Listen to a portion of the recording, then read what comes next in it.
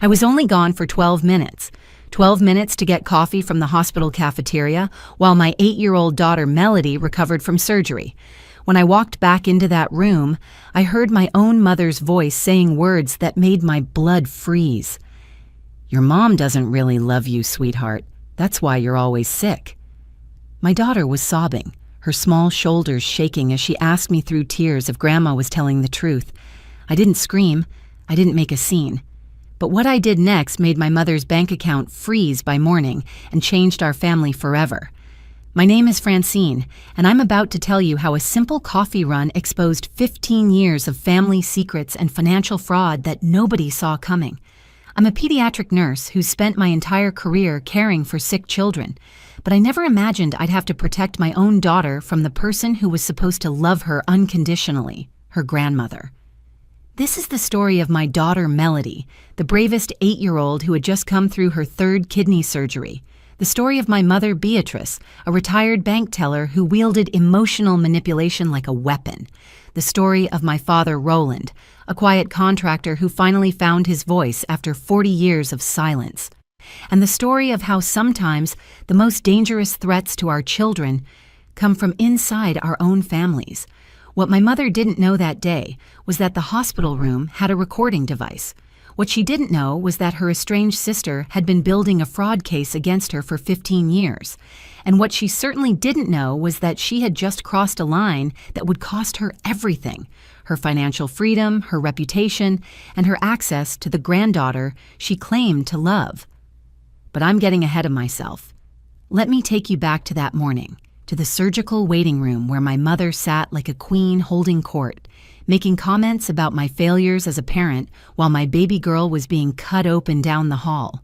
Let me tell you about the 12 minutes that revealed the truth about 3 generations of toxic motherhood and how I finally found the strength to break the cycle. Because this isn't just about a grandmother's cruel words to a sick child. This is about the moment I realized that my daughter's chronic illness might have been made worse by the chronic toxicity of someone we trusted. This is about discovering that the same woman who convinced me I was broken as a child was now trying to break my daughter.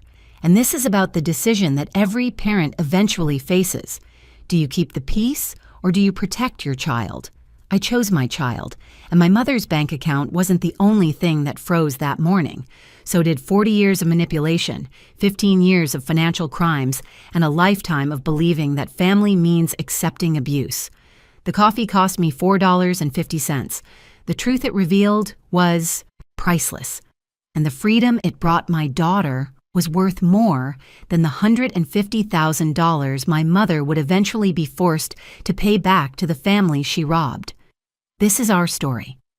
The morning of Melody's surgery started at 4 a.m. with her small hand shaking me awake. She didn't say anything at first, just climbed into my bed and pressed her face against my shoulder. I could feel her tears soaking through my nightshirt, and I knew she was scared. This was her 3rd surgery in 2 years, but knowing what to expect somehow made it worse, not better. "Mama, what if something goes wrong this time?" she whispered into the darkness. I pulled her closer, breathing in the strawberry scent of her shampoo. "Remember what Dr. Harrison said? This surgery is going to make things so much better. No more pain when you eat. No more missing school because your tummy hurts. This is the last big one, baby. Promise?" "I promise we're going to do everything we can to make you feel better." By 5 a.m., we were both dressed and ready. Melody insisted on wearing her lucky purple socks, the ones with little unicorns that her best friend Sage had given her.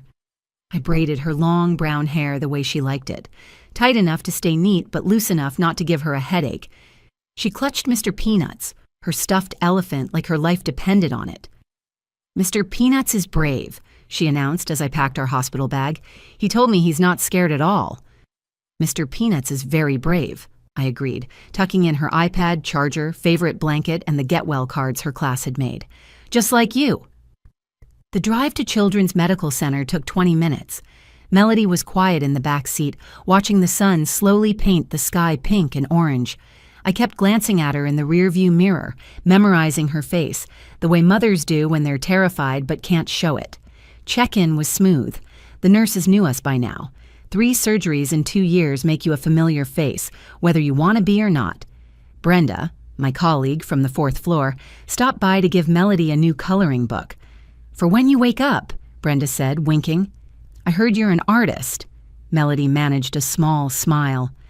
"I drew a picture of my kidney. Mama says it looks like a bean, but I think it looks like a baby dinosaur." We were settling into the pre-op room when I heard my mother's voice cutting through the morning calm like a rusty blade.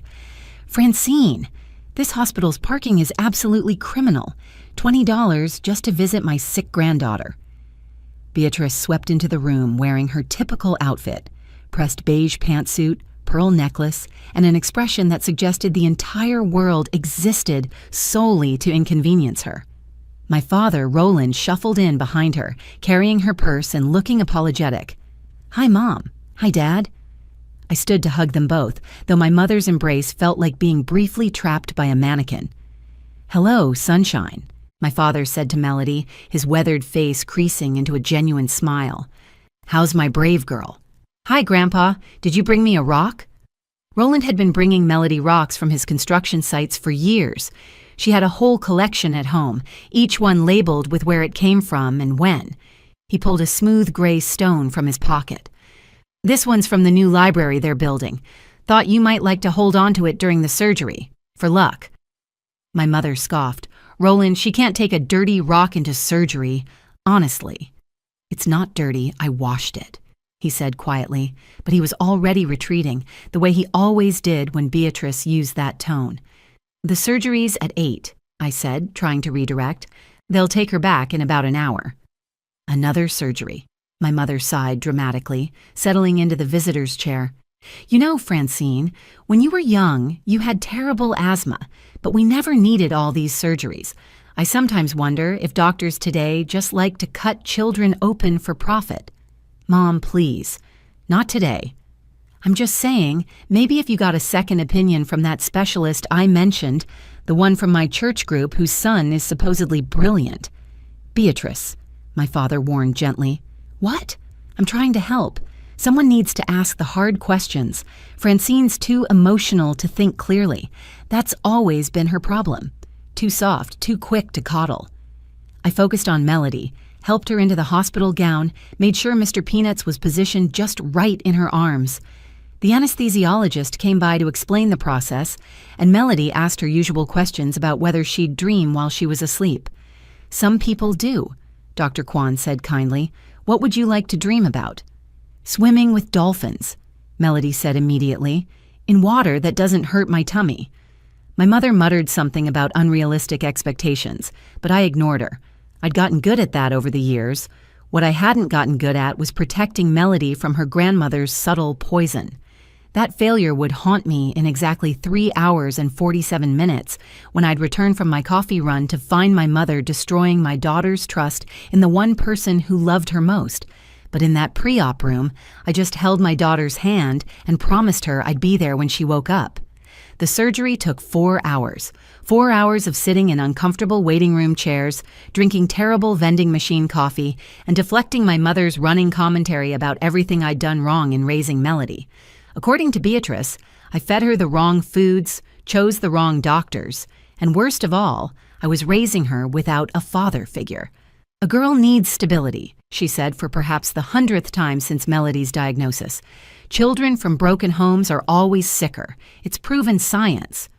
"Francine's doing an amazing job," my father interjected, but his voice was barely above a whisper. "Roland, don't enable her. Someone needs to tell her the truth." The truth. My mother's version of truth was a twisted thing, shaped to cut where it hurt most. But I was too exhausted to argue, too focused on the clock, counting down minutes until I could see my baby again. When Dr. Harrison finally emerged at 12:15 p.m., still in her surgical scrubs, I jumped to my feet so fast I knocked over my coffee cup. "Everything went perfectly," she said, and I nearly collapsed with relief. "We were able to repair the blockage completely. Her kidney function should improve dramatically once she heals. She's in recovery now, just starting to wake up." "Can I see her?" "Of course. Room 308.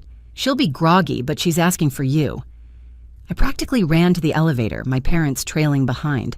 When I reached Melody's room, she looked so small in the hospital bed, her face pale against the white pillows. but her eyes fluttered open when she heard my voice. "Mama?" "I'm here, baby. You did so good. The doctor said everything went perfect." She gave me a weak smile, then closed her eyes again. The nurse adjusting her IV looked up at me with kind eyes. "She'll be in and out for a while. The anesthesia takes time to wear off completely." My mother surveyed the room with her critical eye. "These rooms are smaller than last time. And why is there no chair for Roland? Really, for what they charge, you'd think they could provide adequate seating." I'd been awake for over 8 hours. The adrenaline crash was hitting hard, and I realized I hadn't eaten anything since dinner the night before. My stomach was cramping and my head was starting to pound. "I'll sit with her," my mother announced, settling into the recliner next to Melody's bed like it was her throne. "You need to eat something, Francine. You're no good to her if you pass out. Your color is terrible." I hesitated. Every maternal instinct screamed at me to stay, but I was genuinely feeling lightheaded. The room spun slightly when I stood too quickly. "Go," my father said gently. "We'll be right here, both of us." "Just to the cafeteria," I said. 15 minutes maximum." "Take your time," my mother said, already pulling out her reading glasses and her phone. "I raised 2 children. I think I can handle sitting with my granddaughter for a few minutes." I kissed Melody's forehead. She stirred slightly but didn't wake. "I'll be right back, sweetheart," I whispered. The walk to the hospital cafeteria took exactly 6 minutes. I know because I checked my phone obsessively, unable to shake the feeling that I shouldn't leave. The lunch crowd had cleared out, so the lines were mercifully short. I grabbed a pre-made sandwich that looked edible, a bottle of water, and a large coffee. The cashier, a teenage girl with bright pink hair, smiled sympathetically. "Long day? My daughter just had surgery." "She's in good hands here. My brother had his appendix out last year. The nurses are amazing." I managed a smile and headed back, walking faster as I approached the pediatric ward. That's when I heard it. My mother's voice floating through the partially open door of room 308, low and insistent, the tone she used when she thought no one important was listening. "You need to understand something, Melody. Your mother acts like she loves you. But if she really did, would you be sick all the time? Think about it, sweetheart. Real mothers protect their children. Real mothers don't let them suffer like this." I froze in the hallway, my coffee cup trembling in my hand. Through the crack in the door, I could see my father standing in the corner, his face pale, his hands clenched at his sides. Melody's weak voice responded, "But Mama takes care of me. She stays up with me when I hurt." "That's guilt, sweetheart, not love. She feels guilty because deep down she knows she's the reason you're sick. Some mothers just aren't meant to have children. Their bodies make broken babies. Your mother was sick too when she was little. Weak lungs, weak constitution, and now you have weak kidneys. Do you see the pattern?" The sound that came from my daughter then was like nothing I'd ever heard. A broken, confused sob that seemed to come from the depths of her soul. The coffee cup slipped from my hand, hitting the floor with a crash that announced my presence. I pushed open the door to find Melody crying, her heart monitor beeping faster, her small hands clutching the blanket. "Mama." Her eyes found mine, red and swollen, filled with a confusion that broke my heart. "Grandma says you don't really love me. She says that's why I'm always sick. Is it true? Did I come out wrong because you didn't want me?" The room went silent except for the steady beep of machines and Melody's ragged breathing. My mother stood up slowly, smoothing her pantsuit, not even attempting to look ashamed. Every instinct in my body screamed at me to rage, to grab my mother by her pearl necklace and physically drag her from the room, to scream every thought I'd suppressed for 34 years. But I looked at my daughter, my beautiful, brave daughter who had just come through surgery, her face still puffy from anesthesia, tears streaming down her cheeks, and I knew she didn't need to witness more trauma. I set down what was left of my coffee very carefully on the side table. My movements were deliberate, controlled. I walked to Melody's bed and took her small hand in both of mine. "Baby, look at me," I said, my voice steady despite the fury burning in my chest like acid. "Look right at Mama's eyes." She turned to me, hiccuping through her tears. "I loved you before you were born. I loved you the first time I felt you kick. I loved you through every surgery, every sick day, every moment. And you know how I used to sing to you when you were in my belly?" She nodded slightly. That's because I couldn't wait to meet you. And when you were born, the nurse put you on my chest and you grabbed my finger with your tiny hand, and I knew you were the most perfect thing I'd ever seen. Your illness has nothing to do with love. It's just something that happened, like how some people need glasses or have freckles. You're not broken, sweetheart. You're perfect exactly as you are. But Grandma said you made me sick because your body was broken too. I felt my father shift in the corner, heard him clear his throat like he wanted to speak but couldn't find the words. Grandma is wrong, I said simply, and she's going to leave now. My mother huffed, already gathering her purse with sharp, irritated movements. Francine, you're being dramatic. I was simply preparing the child for reality. Someone needs to tell her the truth about life. Get out, I said quietly, still not looking at her, keeping my eyes on Melody's face. Excuse me. Get out of this room, get out of this hospital, and don't come back. This is ridiculous. I'm trying to help. You've always been too sensitive. This is exactly what I mean about being too emotional to make good decisions. I stood up then, turning to face her fully. You just told an 8-year-old child 3 hours out of surgery that her mother doesn't love her. You told her she's sick because I'm broken. What exactly were you helping? Someone needs to prepare her for disappointment. Life isn't a fairy tale, Francine. No, it's not. Which is why she doesn't need her own grandmother adding to her pain. Roland, she snapped at my father. We're leaving. Get my coat. But my father, for the first time in my entire life, didn't move. He stood there in the corner, his construction-weathered hands trembling, his face flushed with something I'd never seen before. No, Beatrice. She turned to him, shocked. What did you say? I said no, you're leaving. I'm staying with my granddaughter. Don't be ridiculous. I'm not being ridiculous. I'm being a grandfather and a father. Finally. My mother's face went through several shades of red before settling on a purple that matched her lipstick. Fine, you can find your own way home then. She stormed out, her heels clicking against the hospital tile like angry little hammers. The door slammed behind her and suddenly the room felt like it could breathe again. I turned back to Melody, whose eyes were wide with surprise. In all her 8 years, she'd never seen anyone stand up to Grandma Beatrice. Grandpa's staying? She whispered. If that's okay with you, Sunshine, Roland said, moving closer to her bed. I'd like to stay. She nodded, then looked back at me. Mama, why would Grandma say those things?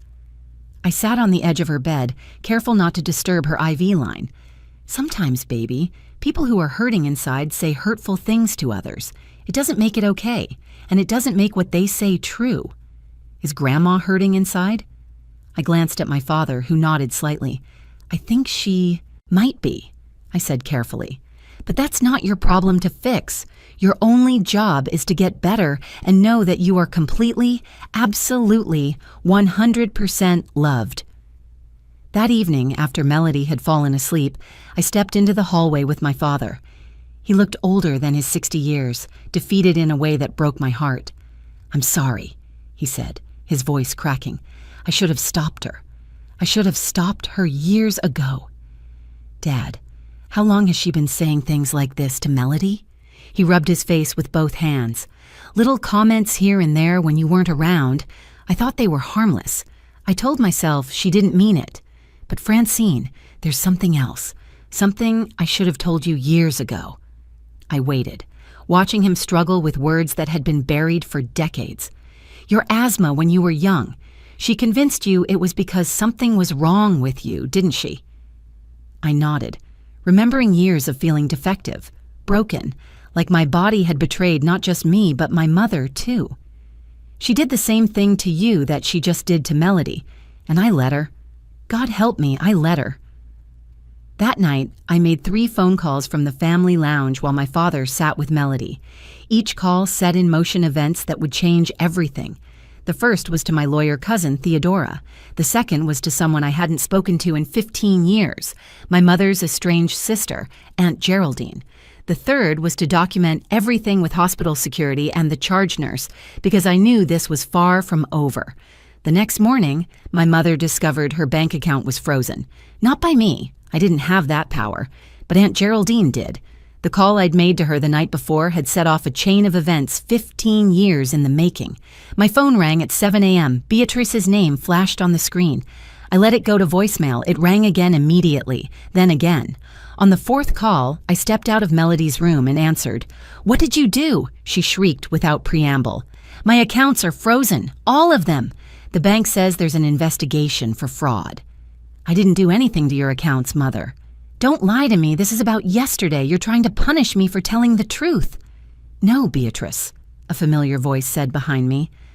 I turned to see Aunt Geraldine walking down the hospital corridor, looking exactly as I remembered her, tall, silver-haired, and radiating the kind of quiet strength my mother never possessed. This is about 15 years of theft. I hadn't seen Geraldine since my grandmother's funeral. She'd left immediately after the service, and my mother had told everyone it was because she was unstable, selfish, couldn't handle grief properly. But the woman standing before me looked anything but unstable. "Francine, may I?" She gestured to my phone. I handed it over, still in shock. "Beatrice, this is Geraldine. The accounts are frozen because I finally provided the bank with evidence that you've been stealing from Mother's Trust for 15 years. Even through the phone, I could hear my mother's sharp intake of breath. "The inheritance was supposed to be split equally," Geraldine continued calmly, $300,000 each. "But you convinced Mother I was unstable during her final days when dementia had taken hold. You had her change the will, but you forgot about the joint accounts she'd set up years before, accounts you've been illegally accessing ever since." "You can't prove anything." "Actually, I can. 15 years of bank statements, forged signatures, and unauthorized withdrawals. I've had a forensic accountant tracking every penny. I never acted on it because I didn't want to hurt Francine and Roland. But when Francine called me last night sobbing about what you did to that precious little girl, I knew it was time." My mother hung up. Geraldine handed me back my phone with a sad smile. "How did you know to document everything?" I asked. "Because she did the same thing to me when we were children. Convinced our parents I was troubled, difficult, unlovable. I spent years in therapy undoing that damage. When I heard she had a granddaughter, I started watching, waiting, hoping she'd changed. But people like Beatrice don't change. They just find new victims." We sat in the family lounge while Geraldine explained everything. The investigation would likely result in criminal charges. The forensic evidence was overwhelming. My mother had stolen approximately $150,000 over 15 years, thinking she was too smart to get caught. "But that's not the worst part," Geraldine said, pulling out a folder. "I hired a private investigator 5 years ago. Did you know your mother was telling people at her church that Melody's illness was God's punishment for you being a single mother?" My stomach turned. "What?" "She's been building a narrative for years. Poor Beatrice, suffering with a disappointing daughter and sick grandchild. She's collected thousands in prayer donations from well-meaning church members who thought they were helping with medical bills. But I've never taken a penny from her for Melody's care." "Exactly. That money went straight into her personal account." My father appeared in the doorway looking haggard. He'd stayed with Melody all night while I'd tried to process everything. "Roland," Geraldine said gently, "I'm sorry you're finding out this way." He sat down heavily. "I knew about the church donations. I tried to make her stop. She said it was voluntary, that people wanted to help." "Did you know what she was saying about Francine and Melody?" His silence was answer enough. "There's more," Geraldine continued. "Francine, your asthma as a child. Do you remember getting worse whenever Beatrice gave you that special tea she made?" A memory surfaced, sharp and sudden. The bitter tea my mother insisted would help my breathing. How I always felt worse after drinking it, but she said it was the toxins leaving my body. "She was putting eucalyptus oil in it," Geraldine said quietly. "Eucalyptus oil can trigger severe asthma attacks when ingested.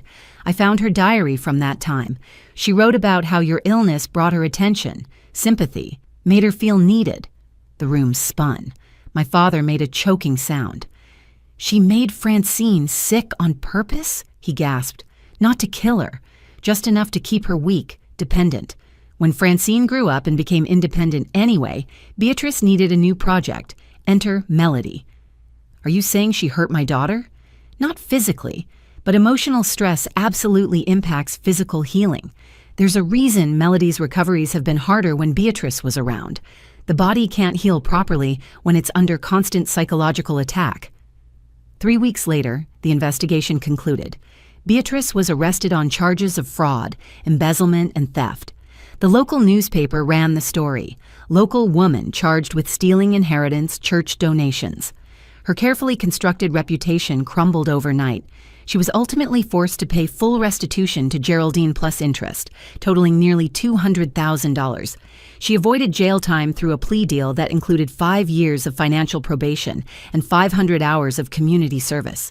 The church banned her from the property after learning she'd been collecting money under false pretenses. But the real resolution came the day Melody looked at me and said, "Mama, I feel better without Grandma Beatrice around. Is that bad?"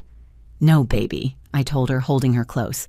"That's your heart telling you the truth, and the truth is never bad." Beatrice was ultimately forced to pay restitution to Aunt Geraldine, $150,000 plus interest. She avoided jail time but was placed on financial probation for 5 years. The church congregation, horrified to learn they'd been deceived, demanded she return the donations she'd collected under false pretenses. She moved to Florida to live with her sister Patricia, who ironically had always seen through her manipulation but lived too far away to intervene. But the real aftermath wasn't about money or legal victories. It was about what happened in the weeks and months that followed. My father moved into a small apartment near us. For the first time in 40 years, he was free from my mother's constant criticism. He started coming to every one of Melody's medical appointments, learning about her condition, asking questions he'd been too afraid to ask before. He became the grandfather he'd always wanted to be, but had been too paralyzed by fear to become. "Grandpa Roland makes me laugh," Melody told me one evening, 3 weeks after the surgery. "And he doesn't say mean things about you, Mama. He says you're the best mom in the whole hospital, and you work there, so you would know all the other moms."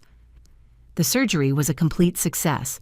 Melody's kidney function improved dramatically, and within 2 months she was back to being a normal, energetic 8-year-old.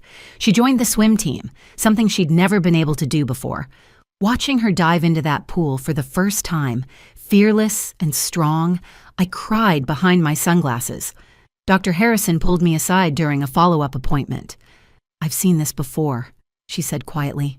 "Toxic stress from family members can absolutely impact a child's recovery and overall health. Their cortisol levels stay elevated, their immune systems weaken, their bodies can't heal properly. Removing that source of stress was medicine just as powerful as any surgery." Aunt Geraldine visited us for Melody's 9th birthday. She brought photo albums I'd never seen, pictures of my grandmother holding me as a baby, looking at me with such pure love that it made me cry right there at the kitchen table.